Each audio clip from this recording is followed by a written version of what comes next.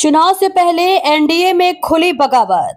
OP Rajbhar ने दिखाई अपनी ताकत, भाजपाइयों में मची खलबली। जी हां दोस्तों, बिहार में विधानसभा चुनाव होने वाले हैं। ऐसे में लगातार सभी पार्टियां अपनी दावेदारी ठोक रही है।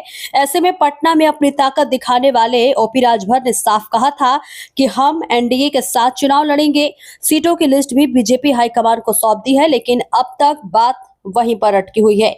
सवाल यह है कि क्या बीजेपी अपने सहयोगियों को सिर्फ सीढ़ी मानती है सत्ता तक पहुंचने की? राजभर जैसे पुराने साथी को भी दरकिनार कर दिया तो क्या एनडीए का गठबंधन अब भरोसे पर नहीं बल्कि मजबूरी पर टिका है?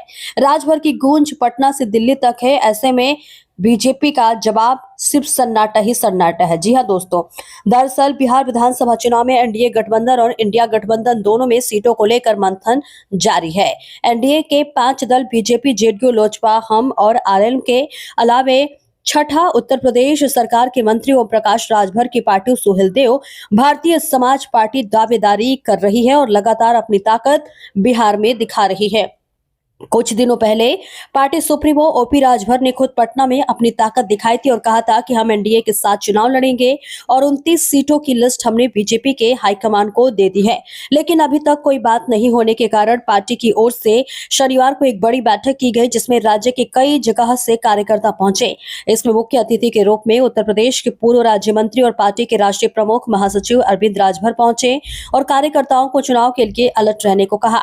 मीडिया से बातचीत करते हुए अरविंद राजभर ने कहा कि हमारी चाहत है कि जैसे उत्तर प्रदेश में बीजेपी के साथ चुनाव लड़े हैं, वैसे बिहार में एनडीए के साथ चुनाव लड़े।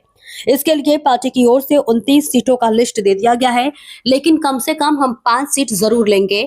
अगर उससे कम दिया तो हम नहीं मानेंगे। यानी देखिए, खुली खुली चेतावनी दी जा रही है, जिससे बगावत के सुर और उठते हुए नजर आ रहे हैं। और उन्होंने कहा कि हमारी पार्टी बिहार विधानसभा चुनाव में 153 सीटों पर चुनाव लड़ेगी। इसके लिए हम लोग बूथ स्तर तक पूरी तैयारी कर रहे हैं। तो खुला एक चेतावनी लगातार इस वक्त देखने को मिल रही है, ओपी राजभर ने एनडीए में दिया है।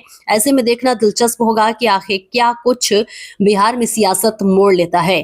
फिलहाल ओपी राजभर के इस बयान पर आपकी क्या राय है, कमेंट बॉक्स में जरूर बताएं और ऐसे ही खबरों को देखने के लिए हमारे चैनल को लाइक, शेयर, सब्सक्राइब जरूर करें।